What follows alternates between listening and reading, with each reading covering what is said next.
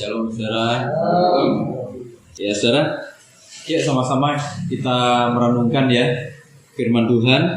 Hari ini saya ingin ajak kita nanti sama beberapa waktu ke depan kita akan melihat beberapa tema dari kitab Yohanes saudara. Di Yohanes ini ada beberapa tema. Jadi yang ini adalah 7 tanda atau 7 mujizat.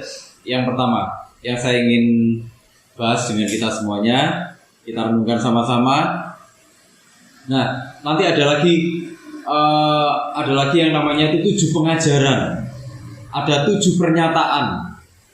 Ya. Nah, nanti kita akan bahas satu-satu ya.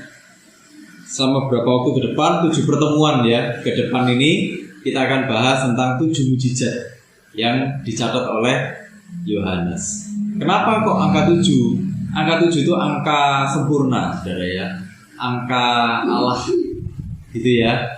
Nah, kalau kita bahas kitab Yohanes ini dia ingin menunjukkan bahwa Yesus itu adalah Allah itu sendiri. Yesus itu adalah Tuhan. Makanya kalau kita nanti lihat sama-sama ya, saudara ya, kita belajar dari mujizat demi mujizat yang dilakukan oleh Yesus, semuanya akan memimpin kepada satu pernyataan bahwa Yesus adalah Tuhan, gitu ya. Nanti dari pengajaran ke pengajaran, dari pernyataan ke pernyataan, kita nanti akan sama-sama melihat, merenungkan bahwa memang Yesus adalah Tuhan. Dari sini nanti saudara akan memahami secara utuh apa sebenarnya yang Yohanes harapkan dari penulisan kitab ini, gitu ya. Kita akan sama-sama merenungkan betapa mendalamnya pernyataan dari kitab Yohanes ini, saudara. Yuk, yang pertama kita mulai dari Yohanes 2 ayat 1 sampai 11. Ini ceritanya terkenal sekali, saudara. Ya, pasti saudara semua pernah dengar ceritanya minimal kalau datang ke acara pemberkatan. Oke, yuk saya bacakan ya untuk kita semuanya. Judul perikopnya perkawinan di Kana. Pada hari ketiga ada perkawinan di Kana yang di Galilea, dan ibu Yesus ada di situ. Yesus dan murid-muridnya diundang juga ke perkawinan itu. Ini ada satu sukacita ya. Ketika mereka kekurangan anggur, ibu Yesus berkata kepadanya, "Mereka kehabisan anggur." Kata Yesus kepadanya, "Mau apakah engkau daripadaku, ibu? Saatku belum tiba." Tetapi ibu Yesus berkata kepada pelayan-pelayan, "Apa yang dikatakan kepadamu, buatlah itu." Di situ ada 6 tempayan yang disediakan untuk pembasuhan menurut adat orang Yahudi. Masing-masing isinya 2-3 bulung. Yesus berkata kepada pelayan-pelayan itu, "Isilah tempayan-tempayan itu penuh dengan air." Dan mereka pun mengisinya sampai penuh. Lalu kata Yesus kepada mereka, "Sekarang cedoklah dan bawalah kepada pemimpin pesta." Lalu mereka pun membawanya. Setelah pemimpin pesta itu mengecap air yang telah menjadi anggur itu, dan ia tidak tahu dari mana datangnya, tetapi pelayan-pelayan yang mencedok air itu mengetahuinya. Ia memanggil mempelai laki-laki dan berkata kepadanya, "Setiap orang menghidangkan anggur yang baik dahulu, dan sesudah orang puas minum, barulah yang kurang baik. Akan tetapi engkau menyimpan anggur yang baik sampai sekarang." Hal itu dibuat Yesus di Kana yang di Galilea sebagai yang pertama dari tanda-tandanya. Dan dengan itu ia telah menyatakan kemuliaannya, dan murid-muridnya percaya kepadanya. Nah, jadi ini 3 hari setelah peristiwa Yesus memanggil murid-muridnya, saudara ya. Ini Yesus dan murid-muridnya diundang ke acara perkawinan di Kana. Nah, kelihatannya Maria ini jadi salah satu panitia di sana, saudara. Kelihatannya Maria ini seksi konsumsi atau bagaimana gitu. Dan kelihatannya juga ini kerabatnya Maria, gitu ya, karena Maria mau ngurus-ngurus di sini, ya. Nah, ini di ayat 1 sama 2 kita akan melihat bagaimana ini ada sukacita, saudara. Tapi di ayat ketiga sampai ayat keempat kita akan melihat ada yang tegang di sini. Kenapa? Karena habisnya anggur. Ini berarti bencana, saudara. Bencananya apa? Karena pernikahan di era waktu itu, saudara ya. Jadi perayaannya itu bisa berhari-hari, bisa sampai seminggu, saudara. Gak kayak di sini.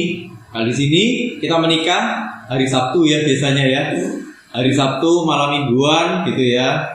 Dan selesai sehari aja itu. Dari pagi pemberkatan, malam resepsi, sudah selesai. Ini enggak, bisa sampai seminggu, saudara.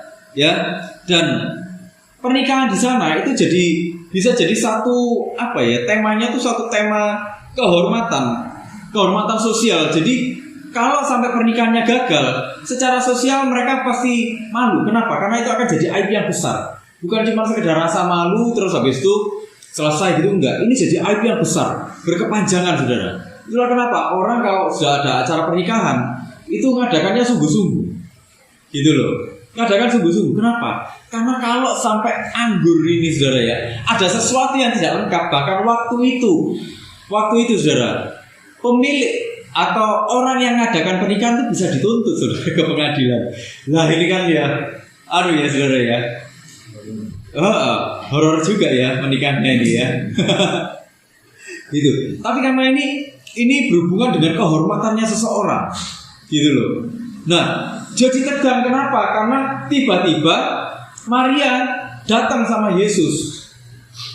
Anggurnya habis. Wah, ini saudara perlu diketahui bahwa di sini Maria belum pernah melihat Yesus melakukan mukjizat. Nah, ini nanti kita bahas sama-sama. Nah, saudara, anggur itu simbol apa? Anggur itu simbol kehormatan. Waktu itu, simbol sukacitanya tuan rumah. Makanya, kalau sampai anggurnya kurang, tuan rumah bakal dianggap tidak menghormati tamu. Itulah kenapa mereka bisa dituntut di pengadilan. Bahaya ya, bikin acara pernikahan yang kayak gitu nih. Kalau hari ini mending gak kawin gitu ya. Maksudnya gak ada resepsi gitu loh. Iya toh? Lah ya apa? Iya toh saudara? Nanti ada yang kurang bisa dituntut di pengadilan nih. Bahaya ini. Nah itulah saudara, waktu itu jadi ada sukacita tapi mendadak ada ketegangan. Nah saudara, di ayat ketiga dibilang gini. Ketika mereka kekurangan anggur, Ibu Yesus berkata kepadanya, mereka kehabisan anggur. Ya, Maria belum pernah lihat Yesus melakukan mujizat sama sekali. Kenapa? Karena Alkitab mencatat ini pertama kalinya Yesus melakukan mujizat. Tapi Maria mendengar dari malaikat. Ya, waktu pertama kali ada berita bahwa Maria mengandung, bahwa anak ini, ya, pokoknya dia akan melakukan hal-hal yang besar. Dia adalah Tuhan. Anak yang kau kandung adalah berasal dari Roh Kudus, ya kan? Artinya apa? Anak ini membawa kuasa. Ya, dia pernah dengar, tapi itu sudah lama sekali, sudah 30 tahun yang lalu. Antara Maria ingat dan nggak ingat. Tapi satu hal yang pasti, kayaknya Yesus ini suka bantu Maria, dan Yesus cukup cerdas, cukup bisa diandalkan untuk mengatasi persoalan demi persoalan. Makanya Maria bilang sama Yesus, anggurnya habis. Gitu ya. Nah, kalau kita perhatikan pola pikirnya Yohanes, orang-orang ngomong sama Yesus itu dalam tataran jasmani, tapi Yesus menanggapi dalam tataran rohani. Contohnya Nikodemus. Waktu Yesus ngomong soal kelahiran kembali, Nikodemus bilang apa? Bagaimana mungkin seseorang itu bisa dilahirkan kembali? Mana mungkin dia masuk kembali, ya kan? Tatarannya jasmani semua. Tapi Yesus menjelaskan soal kelahiran kembali itu bukan soal fisik, tapi soal perubahan, ya kan? Nah, sama di sini. Yesus menanggapinya dalam satu statement atau tanggapan yang rohani. Tatarannya itu tataran rohani, gitu loh, di atas. Sementara mamanya Maria itu ngomong dalam tataran jasmani, anggurnya habis. Itulah kenapa di ayat keempat itu ada ketegangan, saudara. Karena dibilangnya gini, mau apa engkau daripadaku, gitu ya. Nah, saudara, anggur habis itu lambang dari kekurangan manusia. Bandingkan dengan ayat 9 dan 10. Setelah pemimpin pesta itu mengecap air yang telah menjadi anggur itu dan seterusnya, ia memanggil mempelai laki-laki dan berkata kepadanya, setiap orang menghidangkan anggur yang baik dahulu, dan sesudah orang puas minum, barulah yang kurang baik. Akan tetapi engkau menyimpan anggur yang baik sampai sekarang. Setelah Yesus turun tangan, muncullah anggur yang terus anggur itu baik. Ya, nah artinya apa? Manusia itu tanpa Tuhan itu akan selalu mengalami kekurangan. Ya. Waktu manusia itu terpisah dari Tuhan, saudara, waktu manusia jatuh dalam dosa, manusia itu sudah tidak utuh lagi. Seberapa keras pun manusia itu berusaha mengejar keutuhan dirinya, manusia gak akan pernah utuh. Manusia gak akan pernah merasa puas. Manusia nggak akan pernah merasa dia ada sukacita yang sejati, yang benar-benar membuat dia bersukacita. Selalu akan ada yang kurang. Itulah kenapa kita akan selalu melihat ada manusia, bahkan bukan cuma satu manusia, tapi semua manusia selalu punya krisis di dalam hidupnya. Benar nggak? Ada aja kan krisisnya, ada aja kan masalahnya, ada aja kan kekurangannya. Ada nggak orang yang nggak punya kekurangan? Nggak ada ya. Ada orang yang kayaknya tuh hidupnya berlimpah-limpah, enak hidupnya, senang hidupnya, tapi hatinya pedih. Kenapa? Gara-gara dikhianati misalnya. Iya toh? Gara-gara dilukai. Siapa yang melukai? Kadang-kadang yang melukai itu mungkin pasangannya sendiri. Kadang yang melukai itu mungkin anaknya sendiri. Iya toh? Cucunya sendiri, menantunya sendiri mungkin. Iya toh? Selalu ada kekurangan. Ada orang yang kelihatannya bahagia, wah enak, dekat dengan Tuhan, hamba Tuhan, katanya nggak ada masalah gitu ya. Hamba Tuhan kan dekat sama Tuhan, apa-apa dikasih tahu sama Tuhan. Ya kan? Ada yang kayak gitu. Siapa yang jamin? Saya pernah ketemu hamba Tuhan yang katanya pekanya luar biasa, saudara. Peka luar biasa. Ini sungguhan, saya kenal sendiri. Ini dan saya tahu ini hamba Tuhan peka sekali, tapi ditipu orang. Iya loh saudara. Pertanyaannya, kok Tuhan nggak ngasih tahu kalau dia bakal ditipu orang? Ayo, iya toh? Artinya apa? Nggak ada orang yang benar-benar utuh. Selama manusia ada di dunia, manusia akan mengalami yang namanya kekurangan. Ada kekurangannya. Manusia rajin ibadah, saya rajin ibadah, rajin sedekah mungkin, rajin memberi. Tapi kenyataannya apa? Kadang-kadang bahkan waktu kita bersedekah, ada satu titik kita mengalami yang namanya kekurangan. Ya toh? Ada yang mengalami kejadian kayak gitu. Nah itulah sebenarnya tanda dari kekurangan dan kelemahan manusia. Nah kekurangannya anggur ini, jadi Maria ini bilang sama Tuhan gini, anggurnya kurang. Dia bilang sama Yesus, ini sebenarnya secara teologis kan lagi ngomong gini, manusia menyadari kekurangannya datang sama Tuhan. Maria mungkin waktu itu tidak menyadari sepenuhnya, tapi Yohanes melihat ini dari sudut pandang bagaimana Allah itu menanggapi apa yang menjadi kekurangannya manusia.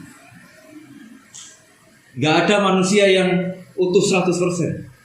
Itulah kenapa di ayat 4 Yesus bilang gini, kata Yesus kepadanya, mau apakah engkau daripadaku ibu?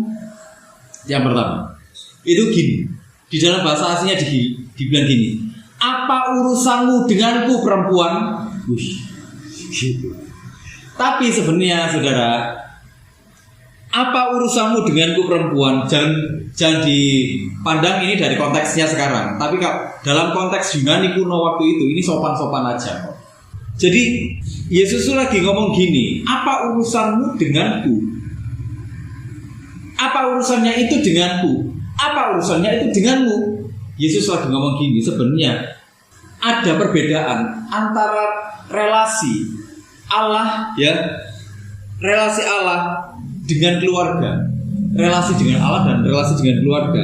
Jadi gini, Yesus itu lagi menunjukkan gini, ada perbedaan.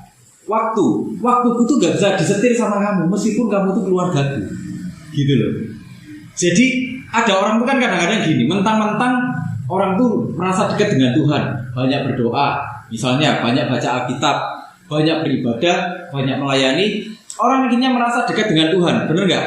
Saudara, kecenderungannya manusia, orang kalau merasa dekat, itu kecenderungannya apa? Minta hak istimewa, benar nggak?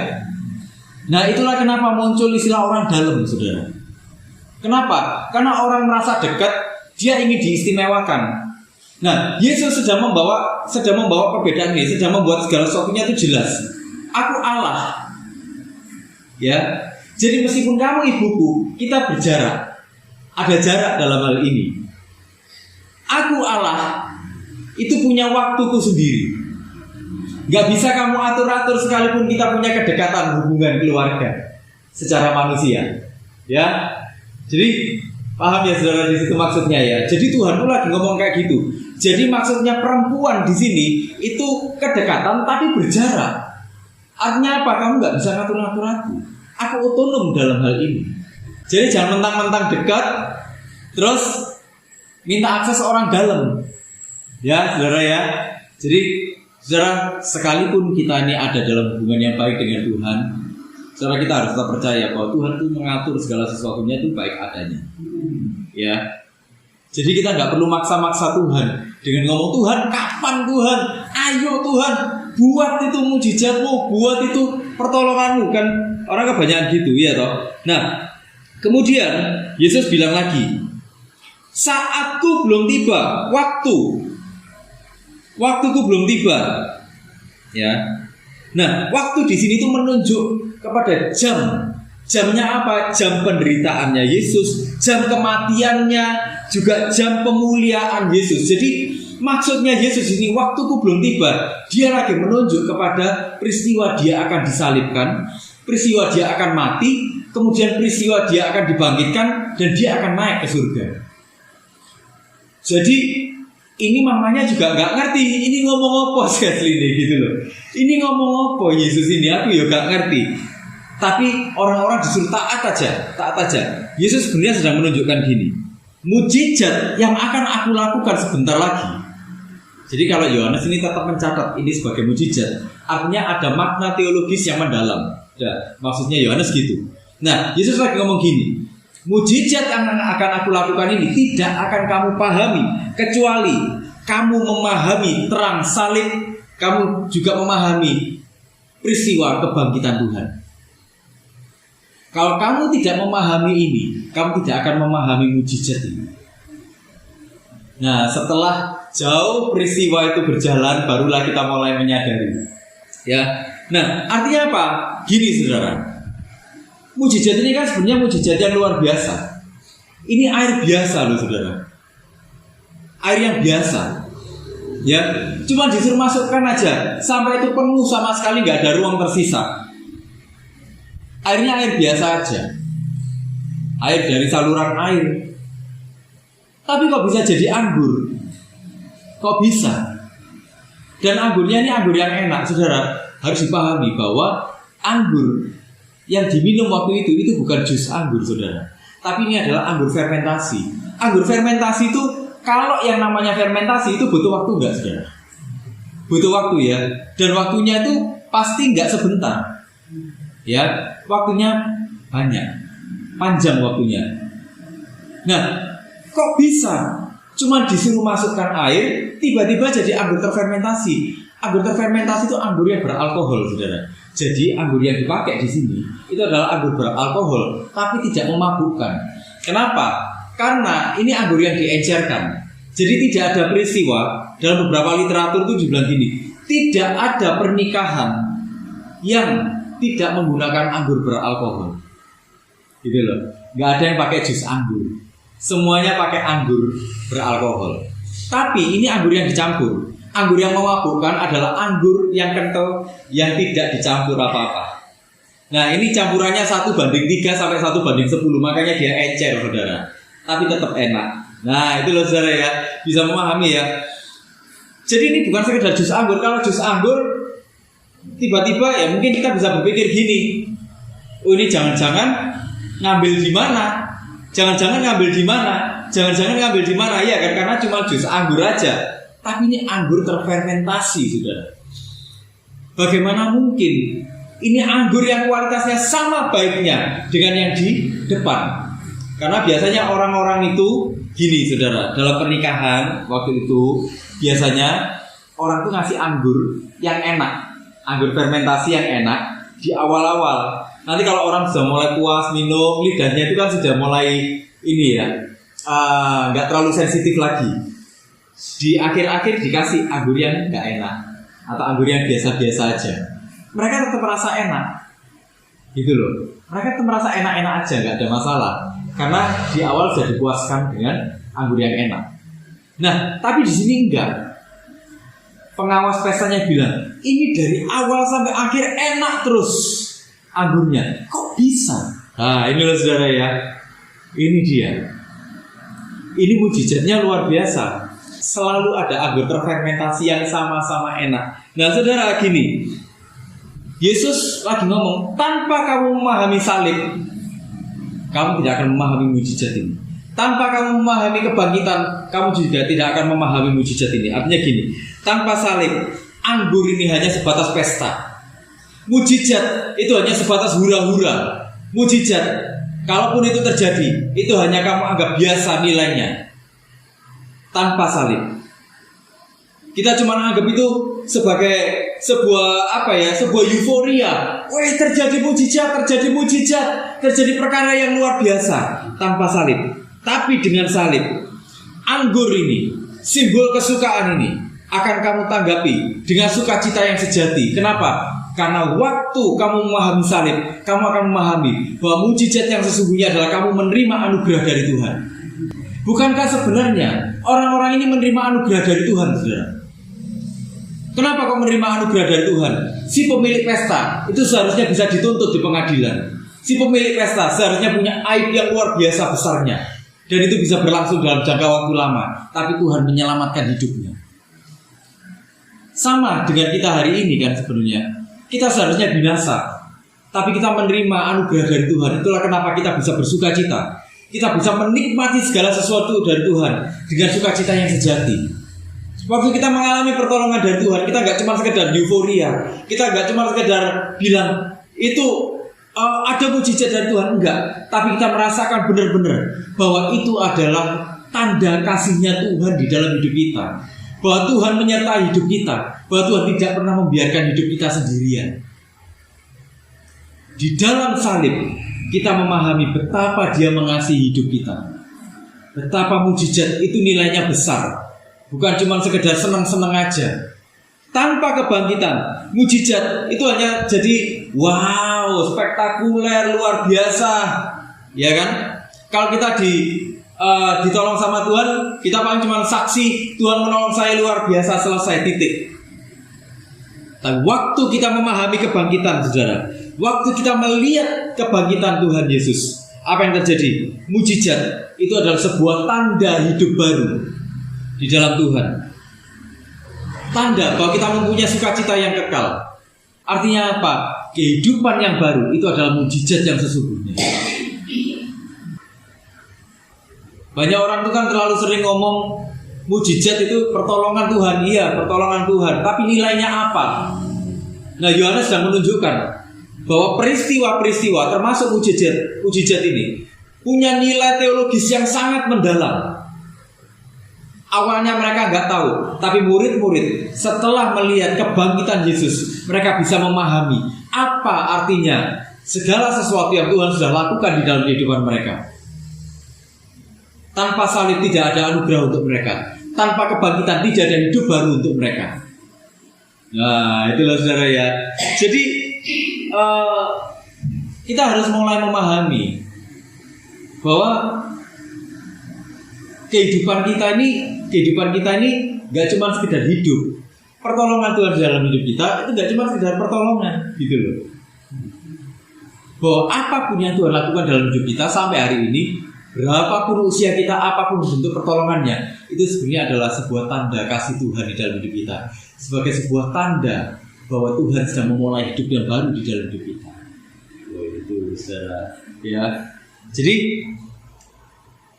ada perubahan hidup. Kalau kita lihat tempayan, saudara ya, tempayan ini itu kan tempayan pembasuhan. Ya, nah kita akan lihat ada simbol peralihan zaman di situ. Yang pertama dari kekurangan, manusia yang kekurangan, ya kan, menuju kepada kelimpahan. Waktu Yesus menjadikan anggur yang sama enaknya. Dari kekurangan anggur jadi satu kelimpahan anggur. Saudara kalau tahu, anggur yang dibutuhkan kalau dihitung dari jumlah tempayannya dan buli-buli yang ada di situ, jumlah anggur yang diperlukan itu kira-kira hampir 500 literan, saudara. Orang apa minum anggur, butuh anggur 500 literan itu? Kalau enggak, itu begitu banyak orang di sana. Ya kan? Dari kekurangan jadi satu kelimpahan. Sebenarnya itulah yang terjadi dalam kasih karunia Tuhan. dari kekurangan manusia kita, yang awalnya kita ada di dalam dosa dan hidupnya selalu kekurangan, masuk ke dalam kelimpahan kasih karunia Tuhan. Artinya apa? Apapun keadaan hidup kita hari ini, entah kita sedang bergumul, sebenarnya ada kasih Tuhan, ada sukacita Tuhan, itu sudah melimpah-limpah di dalam kehidupan kita. Yang kedua, saudara, ada tempayan pembasuhan. Pembasuhan ini untuk membersihkan. Itu ritusnya orang Yahudi, ritus agama orang Yahudi, gitu ya.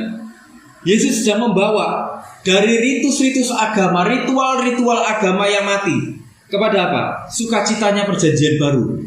Kamu gak cuman menikmati kamu ditebus, tapi kamu menikmati hidup yang sungguh-sungguh baru di dalam Tuhan. Karena anugerah itu akan membawamu kepada satu level kehidupan yang baru. Engkau yang dulu orang buangan, engkau yang dulu orang yang seharusnya binasa, diadopsi. Engkau masuk ke dalam kehidupan sebagai anak-anak Allah. Gitu loh. Hidup sebagai anak-anak Allah itu yang bagaimana? Hidup sebagai anak-anak raja itu yang bagaimana? Anak-anak raja itu kira-kira kalau kita lihat di film-film aja, saudara ya. Kalau saudara lihat di film Korea lah, di film apa, anaknya raja itu bagaimana, saudara? Bermartabat ya? Bermartabat ya? Hidupnya ada wibawanya gak, saudara? Ada wibawanya. Mereka diajar dengan baik, mereka diberi martabat dengan baik. Anak-anak raja biasanya dapat tugas-tugas dari raja, ya kan? Gak nganggur-nganggur gitu aja. Anak-anak raja itu, iya toh. Anak-anak raja itu hidup dengan satu kebanggaan yang berbeda. Kenapa? Mereka tahu ada anugerah di dalam hidupnya. Itulah kenapa anak raja itu hidupnya gak sembarangan. Kenapa? Karena mereka membawa nama papanya di situ, nama rajanya di situ. Bukan cuma nama papanya, nama rajanya, tapi juga nama kerajaannya di situ. Itulah kenapa anak-anak atau orang-orang Kristen hari ini hidup itu bukan cuma hidup yang beragama, tapi hidup dalam nilai-nilai Kristen yang sesungguhnya. Yang ketiga, ada harapannya manusia. Yang dulunya cuma sekedar harapannya manusia, Tuhan tolong aku, Tuhan tolong aku, Tuhan tolong aku, Tuhan tolong aku. Tapi dalam peristiwa ini ada satu perubahan hidup, ada satu simbol yang diubah oleh Tuhan dari harapan manusia kepada penggenapan segala sesuatunya oleh Tuhan sendiri. Tuhan yang menggenapi, bukan usahanya manusia. Usahanya manusia itu justru hanya mendatangkan kekurangan yang baru, kekurangan yang baru, kekurangan yang baru. Kenapa? Karena manusia nggak pernah puas. Itulah kenapa manusia selalu ada dalam krisis yang baru, ya kan? Tapi Tuhan menggenapi segala sesuatunya. Karena Tuhan menggenapi segala sesuatu dalam hidup kita bisa merasakan damai sejahtera dari Tuhan. Kita bisa merasakan keutuhan dari Tuhan. Itulah kenapa, saudara, kekristenan sejati itu tidak bertuhankan mujizat. Tapi melihat mujizat itu hanya sebagai sebuah bentuk, ya, pernyataan kemuliaan dan kasih Allah. Jadi kalau kita ngalami mujizat, misalnya kita ngalami mujizat, kita langsung menyadari Tuhan sedang mengasihi aku. Tuhan sedang menunjukkan sebuah tanda bahwa Tuhan sedang mengasihi aku. Dia sedang menunjukkan bahwa yang ilahi ini menyertai aku. Nah, gitu loh, saudara ya. Jadi spiritnya orang-orang Kristen sesungguhnya itu bukan spirit yang cari mujizat, saudara, tapi spirit yang menyadari bahwa di dalam setiap detik hidupnya, dalam setiap detail hidupnya, Tuhan bekerja di dalam hidupnya. Gitu loh. Kalau kita bisa menyadari hal itu, saudara, kehidupan kekristenan kita akan berwarna. Kita nggak akan nuntut Tuhan. Kapan Tuhan? Kapan Tuhan? Kapan Tuhan? Kapan Tuhan? Toh kenyataannya kita seringkali ditolong sama Tuhan. Tapi kadang-kadang manusia nggak tahu terima kasih, sudah ditolong tapi minta lagi dan lagi. Kenapa? Karena memang manusia nggak pernah puas. Itulah kenapa manusia selalu ada dalam krisis. Mujizat itu hanyalah salah satu cara yang digunakan Tuhan untuk apa? Untuk meneguhkan iman kita, saudara. Untuk meneguhkan iman kita. Iman kita kepada siapa? Kepada Tuhan. Artinya apa? Iman itu selalu bermuara kepada Tuhan lagi. Iman itu selalu kembali kepada Tuhan lagi. Iman gak pernah kembali kepada satu mujizat lagi. Mujizat yang satu kepada mujizat yang lain, enggak. Iman itu kembali kepada Tuhan lagi. Nanti Tuhan yang melakukan apapun yang Dia mau. Itulah kenapa, saudara, sebenarnya kalau kita lihat inti dari perikop ini ada di ayat 11. Dibilang gini, hal itu dibuat Yesus di Kana yang di Galilea sebagai yang pertama dari tanda-tandanya, dan dengan itu Ia telah menyatakan kemuliaannya dan murid-muridnya percaya kepadanya. Jadi saudara, waktu itu sebenarnya mujizat ini dilakukan untuk siapa? Mujizat ini sebenarnya ditunjukkan untuk menguatkan imannya siapa, saudara? Murid-murid. Betul. Murid-murid ini siapa? Orang yang dipilih sama Tuhan kan, untuk berjalan bersama dengan Tuhan, untuk menjadi serupa, segambar dengan Tuhan. Kita ini juga murid-murid, saudara. Jadi apapun yang Tuhan lakukan sebenarnya dilakukannya untuk menguatkan iman kita kembali, meneguhkan iman kita kembali kepada Tuhan. Bukan untuk memuaskan hawa nafsu kita gitu loh. Nah, makanya orang itu ya lebih suka gini. Mentalitasnya itu mentalitas KKR, orang-orang Kristen itu kebanyakan. Kalau KKR rame, ya toh. Kalau khotbahnya mujizat-mujizat rame. Tapi kalau khotbahnya pengenalan tentang Allah sepi. Ya toh. Orang lihat pembicaranya siapa. Kalau pembicaranya itu pembicara yang mujizat-mujizat, wes melipir ke sana aja. Kalau pembicaranya itu pembicara-pembicara yang pengajar-pengajar yang ngajar tentang untuk kembali kepada Tuhan, wes gak usah melipir aja ke pembicara yang lain. Orang Kristen sekarang itu kan oportunis toh, saudara. Cari yang menyenangkan telinga aja, bener gak? Kalau ditegur soal harus kembali kepada Tuhan, gak mau kan? Maunya yang apa? Dia dapat mujizat banyak, bener gak? Iya kan? Itulah kenapa khotbah-khotbah yang menyenangkan telinga itu selalu laku. Tergantung kalau ada orang Kristen dia yang ditanya, kamu gereja mana? Tergantung. Tergantungnya apa? Ya, tergantung pembicaranya siapa. Kalau di sana pembicaranya ini, ya aku ke sana. Kalau di sana lagi pembicaranya ini, ya aku ke sana, lebih menarik di sana gitu. Gitu loh. Padahal Yesus dia saudara melakukan mujizat untuk murid-murid. Supaya apa? Imannya teguh. Makanya dibilang, dan murid-muridnya apa? Percaya kepadanya. Oh itu loh. Nah sebenarnya saudara, kalau kita ini murid, itu nggak berhenti sampai di situ. Percaya kepadanya enggak. Teguhnya iman itu akan memimpin kita kepada perbuatan-perbuatan yang lain. Yang apa? Yang akan memuliakan Tuhan. Dan dengan demikian hidup kita itu juga akan meneguhkan imannya orang lain, gitu loh saudara. Jadi kita jadi murid itu nggak cuma sekedar kita diajar sama Tuhan selesai. Seorang murid karena kita menjadi serupa dengan Tuhan, segambar dengan Tuhan. Serupa itu gini. Kita punya moral yang sama dengan Tuhan, gitu ya. Kita punya moralitas yang sama dengan Tuhan, ya punya hati yang sama dengan Tuhan. Tapi segambar itu gini, saudara. Segambar itu sama dalam perbuatannya. Jadi kalau kita ngomong kita punya hati seperti Tuhan, itu harus tercermin di dalam perbuatannya, gitu loh. Jadi maksudnya serupa segambar itu gitu, saudara. Itulah kenapa kita pernah bahas kan, ya murid serupa segambar dengan Tuhan itu seperti bayangan gini. Kalau kita lihat, kalau subjek utamanya, kalau subjeknya ini bergerak, bayangannya ikut bergerak. Ini Tuhan, subjek utamanya ini Tuhan, bayangannya ini adalah kita. Gitu loh. Kalau Tuhan bergerak, kalau Tuhan mengasihi, kita pun mengasihi. Kalau Tuhan menjangkau, kita pun menjangkau. Gitu. Itulah kenapa saya akan mulai dorong kita semuanya. Yuk saudara, kita berdoa sama Tuhan sama-sama. Apa yang Tuhan taruh dalam hati kita untuk kita lakukan?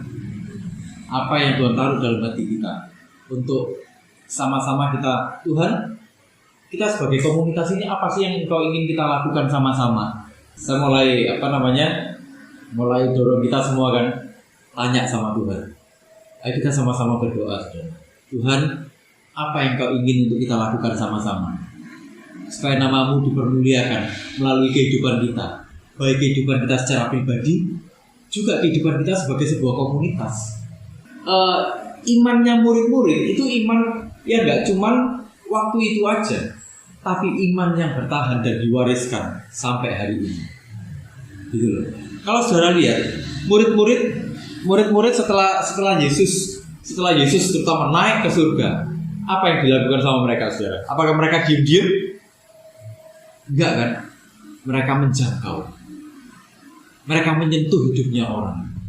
Mereka membuat perbedaan dimanapun mereka berada. Iya kan?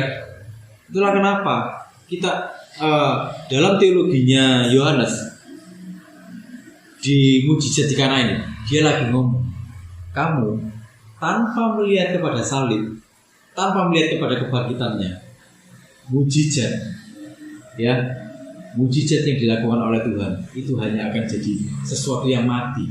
Itu hanya akan jadi satu euforia, nggak akan ada maknanya apa-apa. Tapi Tuhan tidak membawamu ke sana. Tuhan bisa membawamu memahami, bukan cuma membawamu memahami, tapi membawamu semakin percaya kepadanya. Itu ya saudara ya. Dan dengan itu kau akan berdampak. Yuk saudara, saya ingin dorong kita semuanya, yuk sama-sama kita berdoa. Tuhan, apa sih yang kau ingin kita lakukan sebagai pribadi dan juga sebagai sebuah komunitas? Pimpin kita Tuhan. Nyatakan apa yang jadi isi hatimu. Amin saudara.